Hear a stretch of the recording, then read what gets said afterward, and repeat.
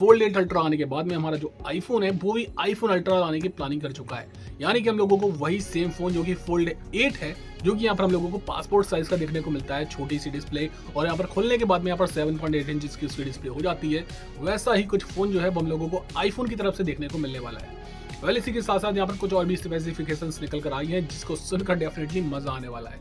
Well यहाँ पर अभी तक हम लोगों को ये दिक्कत थी कि हम लोगों को जो फोल्ड के फोन्स थे, मतलब कि सैमसंग के, उनमें हम लोगों को एक क्रीज देखने को मिलती थी, जिससे यहाँ पर काफ़ी ज़्यादा लोगों को दिक्कत थी कि वो समय के साथ साथ बढ़ जाती है एंड काफ़ी ज़्यादा बुरी लगती है।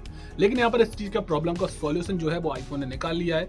वो यहाँ पर कुछ टाइटेनियम टेक्नोलॉजी का यूज़ कर रहा है अंदर की तरफ में, जिस वजह से यहाँ पर जो फोल्ड करने पर जो क्रीज आती है वो यार नहीं आएंगी। और इसी के साथ साथ एक और चीज़ बता दूं कि यहाँ पर अनफोल्ड करने पर भी जब भी आप उसको मतलब कि एक्सपीरियंस करोगे, तो आपका जो यहाँ पर टच करने की स्मूथनेस है या फिर जो आपका रिफ्रेश रेट है वो आपको ज़्यादा फील होगा यहाँ पर सैमसंग से।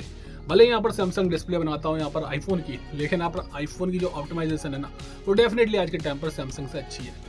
और इसी वजह से हम लोगों को बेहतर बैटरी बैकअप और बेहतर हम लोगों को टच रिस्पॉन्स और इसी के साथ साथ बेहतर डिस्प्ले क्वालिटी देखने को मिलेगी हमारे आईफोन अल्ट्रा के अंदर। लेकिन क्योंकि ये पहला फोल्ड फोन होने वाला हमारे आईफोन की तरफ से, तो हो सकता है थोड़े बहुत बग्स और थोड़ी बहुत यहाँ पर दिक्कत जो है वो हम लोगों को देखने को मिले। लेकिन फिलहाल इसका जो रिवील हुई है, इसकी फोटोज जो रिवील हुई है वो सेम टू सेम हमारे जैसी लग रही है, मतलब कि जो सैमसंग का फोल्ड 8 आया है उसकी जैसी लग रही है। इसी के साथ साथ 48 मेगापिक्सल के बैक की तरफ में कैमराज, 24 मेगापिक्सल का फ्रंट में कैमराज, ऐसी कुछ चीजें हैं जो कि फिलहाल अभी प्लान की गई हैं। लेकिन यहाँ पर सबसे बड़ी बात पता है क्या है? सबसे बड़ी बात है कि हम लोगों को इस बार इसकी जो प्राइस रेंज है वो काफी ज्यादा हाइक होती हुई देखने को मिलने वाली है।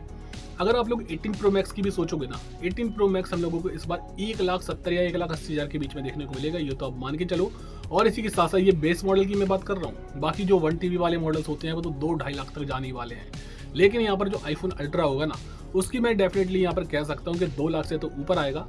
यहाँ तक कि उसकी जो बेस मॉडल की प्राइस है वो 2,10,000 या 2,20,000 तक जा सकती है, जहाँ तक अभी सुनने में आ रहा है, क्योंकि सैमसंग से तो उसकी प्राइसिंग जो है वो ज़्यादा ही रहने वाली है। बाकी इसी के साथ साथ हम लोगों को एक और चीज़ पता चली है कि जैसे कि हम लोगों को जो फीचर्स देखने को मिलते थे यहाँ पर फोल्ड 8 में, फोल्ड 8 उसमें, ये सब फीचर्स तो होने वाले हैं, लेकिन 18 प्रो मैक्स से भी ज़्यादा प्रीमियम सेगमेंट में तो ये मोबाइल जाने वाला है और फीचर्स भी हम लोगों को इस बार बढ़कर देखने को मिलेंगे हमारे जो प्रो मैक्स मॉडल्स होते हैं। तो देखो आप लोग यहाँ पर एक चीज़ समझ सकते हो कि अभी तक यहाँ पर जो लोग फ्लेक्स करते हैं ना प्रो और प्रो मैक्स मॉडल्स लेकर, अब उनका फ्लेक्स थोड़ा यहाँ पर कम हो सकता है, क्योंकि अब यहाँ पर प्रीमियम सेगमेंट जो है यहाँ पर एप्पल का वो यार फोल्ड वाली चीज़ बन चुकी है।